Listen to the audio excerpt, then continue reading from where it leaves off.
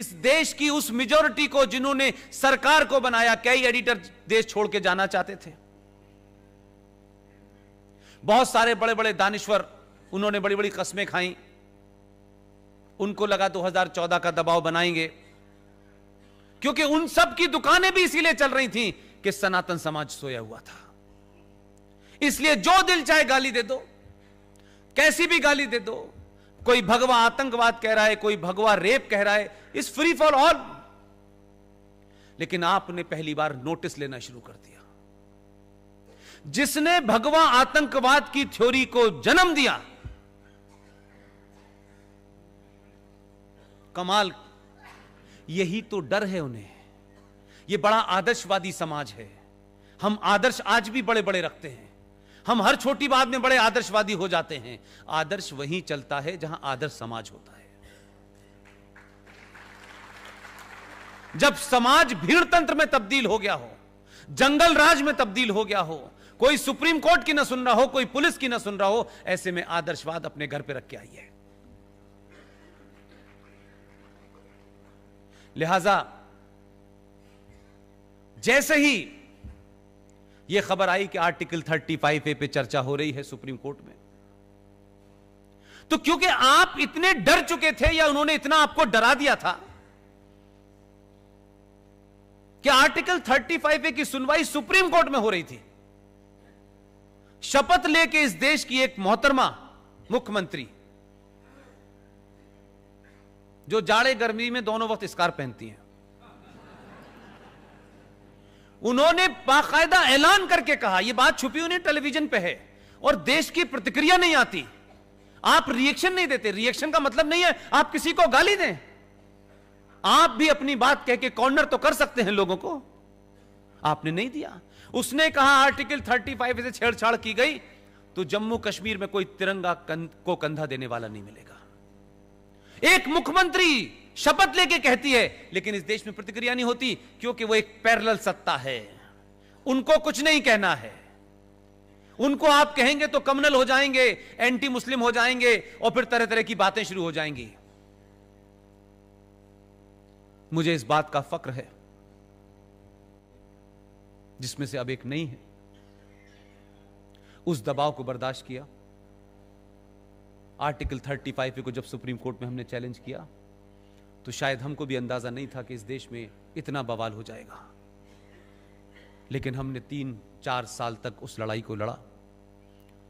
लेकिन इस बीच में उस पार्टी, हमारा जो साथी था, वो अजीबोगरीब हालात में हमारे बीच से चला गया।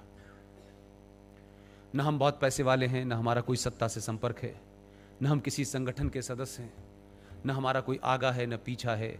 हम टिपिकल जुनूनी किस्म के आदमी थे। हमको लगा कि साथी हमारा चला गया है, उस पे गम करने का बहुत हमारे पास समय नहीं था। फिर हमने ये तय किया कि क्या इस देश के लोग, अगर उनको ये 35A की सच्चाई बताई जाए, गली गली मोहल्ले मोहल्ले बताई जाए, तो क्या ये उठ के खड़ा होगा। कई सारे सवाल थे। नौकरी को छोड़ना पड़ा और फिर गली गली हम घूमे। लेकिन आज मैं आपके बीच में हूं, पूरी ताकत से जितने भी दबाव थे, उन दबाव में कभी विचलित नहीं हुए हम, और सबको बताया, पूरी दुनिया को, कि यह आर्टिकल 35A क्या है, कैसे आया, क्या इसके प्रोविजन हैं। इस देश ने कभी आर्टिकल 35A नाम की चिड़िया का नाम नहीं सुना था। जब बताना किया तो लोग हमसे पूछते थे ऐसा है क्या। हमने कहा ये संविधान पढ़ लो यार, ये कोई ऐसी बात नहीं है जो हमें ही पता है और आपको नहीं पता है। आपने कोशिश नहीं की, हमको चढ़ गया इसलिए हम कर रहे हैं। पूरे देश में एक ऐसा जनजागरण हुआ, हर उस आदमी में जिसमें हजारों लोग यहां बैठे होंगे, उन्होंने उन्हीं स्पीचेस को, मेरी को दुनिया भर में फैलाया और दबाव बना। और जब समाज दबाव बनाता है तो जो पार्टी 370 पिछले 70 सालों से अपने मैनिफेस्टो में लिख रही थी, उसने 2019 के चुनाव के बीच में जब मैनिफेस्टो जारी किया तो कहा कि हम 370 भी हटाएंगे और 35 भी हटाएंगे। इसलिए मुझे यकीन है, इसलिए मैं आपके पास आया हूं कि मेरी जो बातें हैं, अगर आपको तथ्यात्मक लगती हैं, क्रॉस चेक करने के बाद ठीक लगती हैं, तो सच बोलिए। अगर आप आज भी सच नहीं बोले तो फिर यह मौका नहीं आएगा। पूरी ताकत से बोलिए। अपने हित, मेरा तेरा, छोटा बड़ा, ब्राह्मण ठाकुर, इसमें मत पड़िए। आपकी क्या कास्ट है? आप बहुत महान कास्ट में हैं, आप बहुत पुरुषार्थ वाली कास्ट में हैं। आपकी कास्ट आपके घर के अंदर सीमित रहनी चाहिए। घर से बाहर निकलने के बाद सिर्फ आप सनातन हैं और कुछ नहीं है।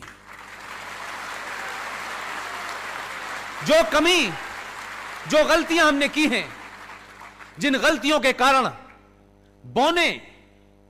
बौनों के भी बौनों ने हमारे ऊपर राज कर दिया, हमको छिन्न भिन्न कर दिया गया है।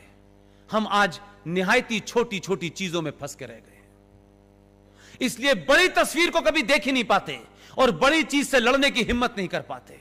बड़ी चीज से लड़ने की हिम्मत नहीं कर पाते।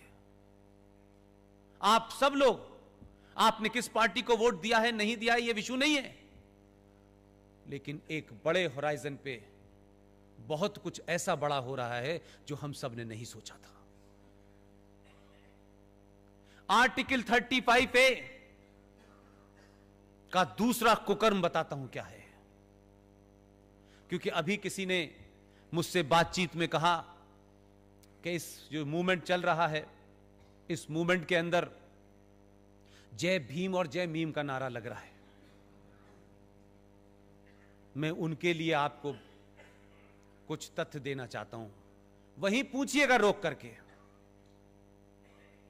जम्मू कश्मीर में 1957 में स्वीपर्स की स्ट्राइक हो गई,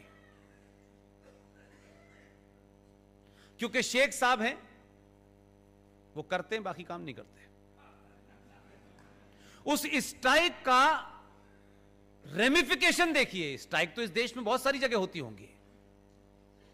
बख्शी गुलाम मोहम्मद साहब उस वक्त प्राइम मिनिस्टर थे। उन्होंने अपनी कैबिनेट के 2 लोगों को भेजा कि शहर में महामारी फैल गई है, पूरे राज्य के हालात खराब हो गए हैं। हिंदुओं में एक कोई कम्युनिटी होती है वाल्मीकि, कहीं से ढूंढ के लाओ उन्हें, और जो हमारी गंदगी साफ कर सके। उनकी कैबिनेट के 2 मंत्री पठानकोट, अमृतसर गए और 200 वाल्मीकियों को लेकर जम्मू आए। बख्शी गुलाम मोहम्मद साहब ने उनसे कहा, हम आपको नौकरी देंगे, हम आपको नागरिकता भी देंगे, क्योंकि 35A की वजह से नागरिकता का भी मामला था। 57 में उन 200 वाल्मीकियों को यह भी नहीं पता था कि नागरिकता क्या चीज होती है। उनको नौकरी मिल गई, दे वर हैप्पी। लेकिन कितने झूठ और मक्कार हैं कश्मीर के मुसलमान, मैं यह बात कहना चाहता हूं आपसे। वो काम करते रहे, उन्होंने कोई सवाल ही नहीं पूछा। एक दिन पता चलता है, हम जैसे पागल जब ये 35A की लड़ाई लड़ रहे थे, तो कुछ दलितों के पास गए, वो भी कहने लगे कि हम कुछ बताना चाहते हैं आपको। हम चले गए उनके पास। किरण जी चली गई, मेरे ख्याल उठ के आ रही हैं। आप सोचिए कि वो 200 वाल्मीकि, उनकी गिनती आज 2.5 लाख है। उनको नागरिकता नहीं दी क्योंकि 7.5 लाख हिंदुओं को भी नहीं दी, इनको भी नहीं दी, समझ में आता है। लेकिन नफरत का आलम देखिए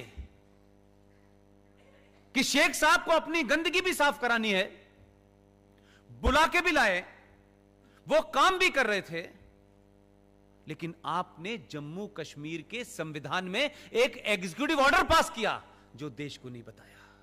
कश्मीर में किसी तरीके से इसका प्रचार ना हो जाए उसको नहीं बताया। मेरा गुस्सा उन लोगों से है जो कश्मीर की विधानसभा में उन मुसलमानों के अलावा जो कुछ हिंदू थे, उन्होंने क्यों नहीं बताया?